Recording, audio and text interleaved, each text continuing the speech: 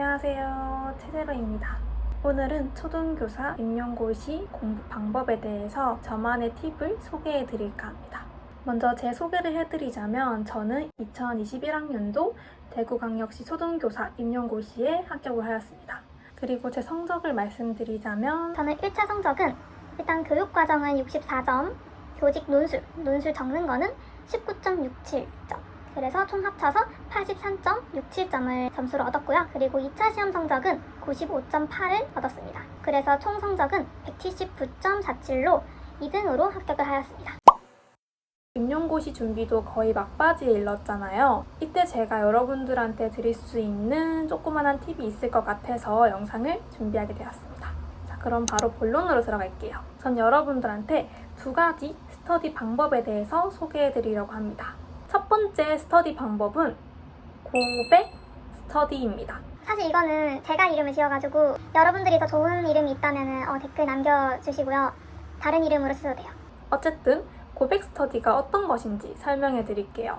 보통 스터디를 할 때 그 스터디원들과 어느 날에 어떤 걸 공부할지 정하잖아요. 예를 들어 생각해 보자면 먼저 일주일 동안이라고 가정을 해볼게요.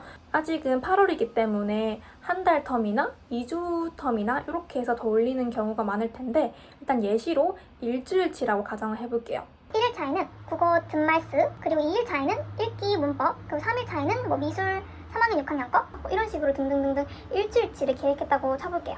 그러면 보통 같은 스터디라면은 이렇게 정해진 스케줄대로 함께 공부를 해서 묻고 답하잖아요.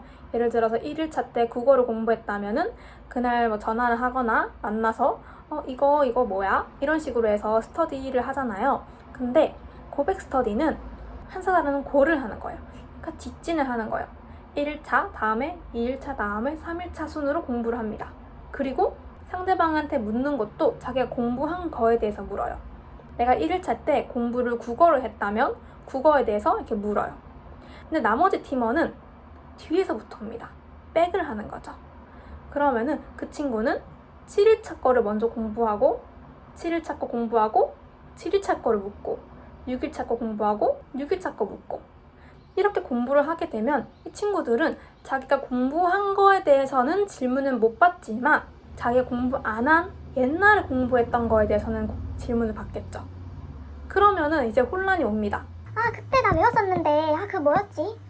그 과학 그거 뭐였지? 광합성 할 때 필요한 거 뭐였지? 하면서 내 뇌의 깊숙한 곳에 저장되었던 그 기억을 끄집어냅니다. 그거 분명히 내가 한 달 전에 봤던 건데? 분명히 어제 봤던 건데? 하면서 내 뇌 속에 있는 아주 깊은 곳에 있는 그 저장소까지 내려가서 그걸 끄집어냅니다. 그러면은 어떤 좋은 효과가 발생되느냐?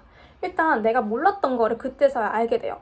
그러면은 내가 이거를 그때는 당연하게 외웠었는데 내가 이거 몰랐구나 하면서 다시 그거를 메모를 해놔요.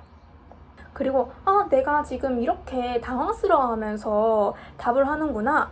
그럼 내가 시험장에서도 내가 당연히 알고 있다는 것을 모를 수도 있겠구나. 그러면서 한 번 더 경각심을 갖게 되는 거죠. 그래서 이게 바로 고백 스터디입니다. 그러면은 내가 공부한 거에 대해서는 질문 못 받는 거 아니야? 할 수 있는데 어쨌든 다시 1일차, 2일차, 3일차, 4일차 하면서 크로스해서 7일차 때는 이 친구가 1일차 때 공부한 거를 묻고 이 사람이 1일차 때 했던 거는 7일차에 묻고 하니까 언젠가는 공부한 것에 대한 질문을 받게 되어 있어요. 그러니까 그 시간에 꼼꼼하게 공부를 해야지 나중에 장기 기억까지 이어져가지고 열심히 답할 수 있겠죠. 저는 친구랑 짝스터디로 쭉 스터디를 해왔거든요. 그래서 2명이서 이렇게 크로스해서 했는데 3명이거나 4명이거나 상관이 없을 것 같아요. 만약에 4명이면은 시작 부분을 다르게 하면 돼요. 예를 들어서 2주짜리 플랜이 있다? 그러면 나는 1일차부터 시작할게. 두 번째 친구는 나는 그럼 5일차 거부터 시작할게. 그럼 나머지 친구들은 7일차, 10일차부터 시작할게 해가지고 질문하는 과목을 다 다르게 설정할 수 있겠죠. 저는 이 스터디 방식이 임용고시를 준비할 때 좀 많은 도움이 되었고 제가 합격할 수 있었던 비결이라고 생각하는데요. 그 이유가 임용고시 공부는 희불성이 너무 강하잖아요. 바로 어제 제가 외웠던 내체표도 다음날 되면 까먹을 수도 있고 또 내가 어제는 진짜 쉽게 알고 있었던 거를 그 단어가 생각이 안 나네? 이럴 때도 많았어요. 그래서 이 방법을 활용하신다면 만족도가 높을 거라고 생각합니다. 그리고 단점은 스트레스가 쌓일 수도 있어요. 일단은 자꾸 내가 모르니까 내가 모른다는 사실을 알게 돼가지고 난 정말 참 부족하구나, 나는 이걸 모르는구나, 자꾸 스트레스는 쌓일 수 있겠지만 요거를 매 턴마다 고백 스터디 방법으로 한다면은 진짜 어느 누구보다 암기를 잘할 수 있습니다. 그리고 이제 제가 두 번째로 말씀드릴 공부 방법은 문제 만들기 스터디예요. 요거는 많이들 하시고 계실 것 같아요. 저는 문제 만들기 스터디는 2명이서도 해보고 3명이서도 해봤어요. 그 3명 다 고득점으로 합격을 했어요. 한 명은 세종시에 4등으로 합격을 했고 한 명은 서울시에 합격을 했습니다. 저는 이 문제 만들기 스터디에도 고백 스터디를 적용할 수 있다 생각해요. 예를 들어서 만약에 오늘은 음악에 대해서 공부하고 문제 만들자 하면은 뭔가 겹치는 문제가 많을 수 있어요. 그런데 고백 스터디처럼 다 다른 과목을 설정해서 문제를 낸다면은 나는 음악도 풀어보고 미술도 풀어보고 국어도 풀어보고 이렇게 다양한 문제를 매일 풀 수 있겠죠. 저는 문제 만들기 스터디는 강추를 하는데 왜 강추를 드리냐면은 단순히 단편적인 질문을 하는 질문 스터디나 짝 스터디나 그런 스터디와 달리 조금 고차원적으로 활용할 수 있는 문제를 만들어내는 게 문제 스터디라고 생각을 하는데요. 이때 문제를 낼 때 그 퀄리티가 중요하잖아요. 이때 지양해야 되는 퀄리티는 이런 거예요. 전화로도 충분히 물어볼 수 있는 거. 예를 들어서 곤충의 특징은 뭐가 있지? 혹은 이거 발달 단계를 한번 쭉 써봐. 이런 문제는 조금 지양해야 된다고 생각합니다. 그러면 어떤 걸 지향해야 되냐? 백악보를 이렇게 주고 흰 색깔로 빈칸 해놓은 다음에 여기에 들어갈 음표를 써라. 혹은 이 악보를 비추어 보아 이 악보는 어떤 특징을 가지고 있는지 써라. 이렇게 직접 보고 쓰고 활용할 수 있는 문제를 내는 게 좋아요. 그리고 요거는 문제를 내가 맞춘다, 내가 다른 사람과 맞춘다고 생각하기보다는 내가 문제를 내는 과정도 굉장히 중요해요. 내가 수학 공부를 하면서 막 생각을 하는 거예요. 이거 어떻게 낼 수 있을까? 이거 어떻게 내야 내 친구가 못 맞출까? 이거 내가 출제위원이면은 이렇게 낼 것 같다. 이렇게 고심히 생각한 끝에 스터디 문제를 내는 거예요. 이렇게 한다면은 진짜 실제 시험에서 출제위원의 출제 의도에 맞게 답안지를 작성하실 수 있습니다. 그러면 제가 저희 스터디에서 어떻게 문제를 만들었는지 보여드릴게요. 여기 강론 문제랑 교육과정, 기본이론 모두 다 제가 문제를 만들었고요. 먼저 기본이론부터 보여드릴게요. 영어를 보여드릴 건데 대부분 임용고시 문제는 대화 형식으로 나와 있더라고요. 지금 2번 보면은 김교사 땡땡 해가지고 교사가 어떤 것을 공부할 것인지 발화를 하고 있죠. 여기서 문제점이 발생합니다. 병석이가 말을 하지 않아요. 병석이는 매번 발표를 안 하는구나. 이번에는 말해볼래? 그런데 발표를 했더니 병석이는 I likes chicken 하면서 동사 뒤에 s를 붙였다고 교사가 지적을 하고 있죠. 이 대화문을 보고 밑에 문제에 대답을 하는 거예요. 은영이의 발화에서 발견할 수 있는 보상 전략. 기본 이론 중에 보상 전략이 있잖아요. 그 보상 전략의 이름과 오류의 원인을 쓰라고 되어 있네요. 그럼 여기서 은영이의 발화를 다시 볼 건데 은영이의 발화를 보면은 나는 돼지 고기를 좋아한다고 한국어를 그대로 번역하고 있죠. 거기서 단서를 찾아가지고 이렇게 적을 수 있겠죠.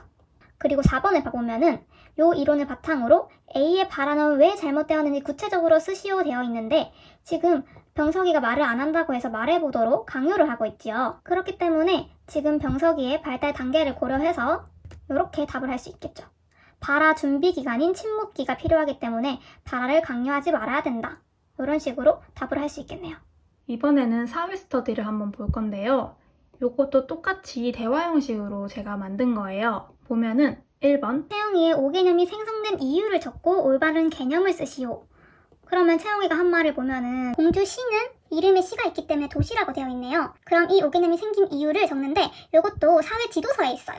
사회 지도서에 보면 똑같이 이렇게 적혀 있어요. 그래서 이걸 외운 다음에 적으면 됩니다.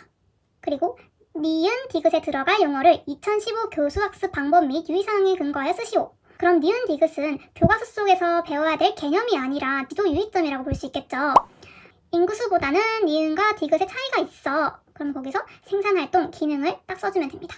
그래서 이 문제를 보면은 단순히 스제트나 단권화가 아니라 지도서 전체 내용을 알고 있어야 풀 수 있는 내용, 그리고 대화 속에서 그 근거를 찾아서 쓰는 내용으로 문제를 구성했어요. 그리고 마지막으로 실과 강론 부분을 보여드리자면 이렇게 저는 문제를 내봤어요.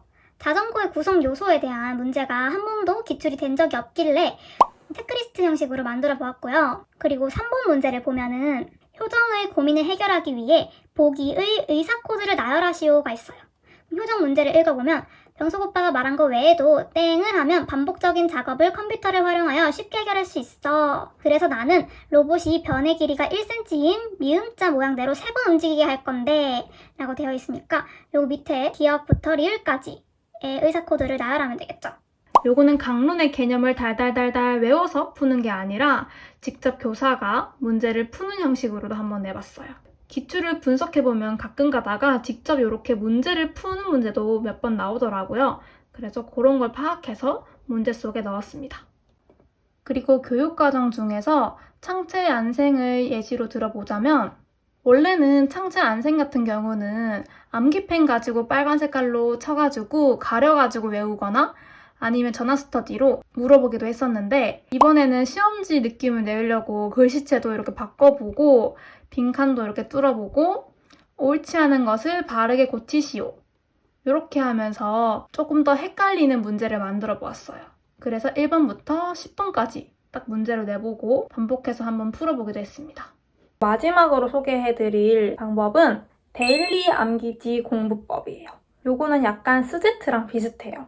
이제 8, 9월이 되면은 어느새 인풋도 좀 어려워지고 아웃풋도 어려워지고 슬럼프가 찾아온단 말이에요. 그래서 저는 어떻게 하면은 제가 공부할 때 안 졸고 조금 더 재미있게 공부할 수 있을지 연구를 했는데 어떤 건지 보여드릴게요.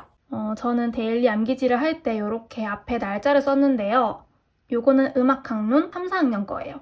요거는 처음부터 이렇게 있고 제가 답을 쓴 게 아니라 처음에는 그냥 빈 페이지를 엽니다. 단을 2단으로 해주고 이렇게 표를 만든 다음에 요 위에 음악, 강론 이렇게 세팅을 해놓은 다음에 여기에 제가 단권하나 혹은 강의 교재나 스테트 뭐 이런 것들을 공부하면서 아 요거 내가 조금 더 외워야겠는데 하는 거를 쓰는 겁니다. 음악 공부를 한다고 생각을 해볼게요. 그러면 저는 이렇게 음악 공부할 스제트랑 제가 할 단권화를 한꺼번에 엮어가지고 링으로 만들어서 펴놨어요. 쭉쭉쭉 넘어가면서 공부를 합니다. 근데 하다 보면 졸려요. 그러면 이렇게 이거 한번 내가 타자를 치면서 공부를 해야겠다. 이런 생각으로 계속 눈으로만 보고 외우면 너무 지루하니까 타자를 치면서 외운다 생각하면 돼요. 줄풍류 악기는 하고서 여기 옆에 적고 3면 6각과 대풍류의 차이는 뭐지? 이건 중요한 것 같은데 하면은 또 여기다가 4면 6각 vs 대풍류 이렇게 치면서 공부를 하는 거예요. 자, 그래서 다 완성하게 되면은 이렇게 되겠죠. 그럼 제가 요거를 다 인풋을 한 거예요. 내 눈으로 인풋을 한 것을 볼 수 있으니까 내 자신 스스로도 안심이 되고 내 손은 바쁘게 움직이고 있으니까 안 졸고 빠르게 공부를 할 수 있어요.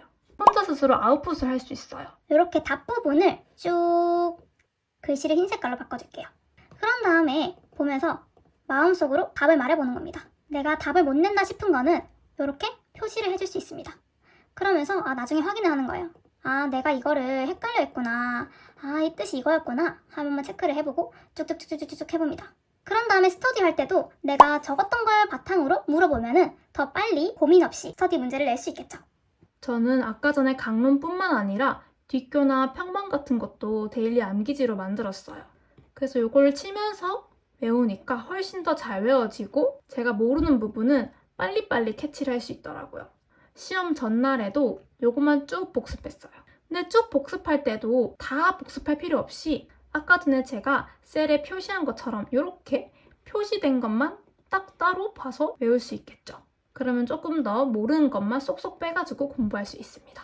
여기까지 제가 임용고시 합격하기에 가장 많이 도움이 되었던 방법에 대해서 소개해드렸습니다. 혹시나 조금 더 궁금한 점이 있으면 제 인스타그램이나 혹은 유튜브 댓글에 남겨주세요. 나중에 기회가 된다면 여러분들이 궁금해하는 모든 것들을 답해주는 그런 유튜브 영상도 찍어보고 싶으니 댓글 많이 남겨주세요. 그럼 다음에 영상에서 봬요. 안녕!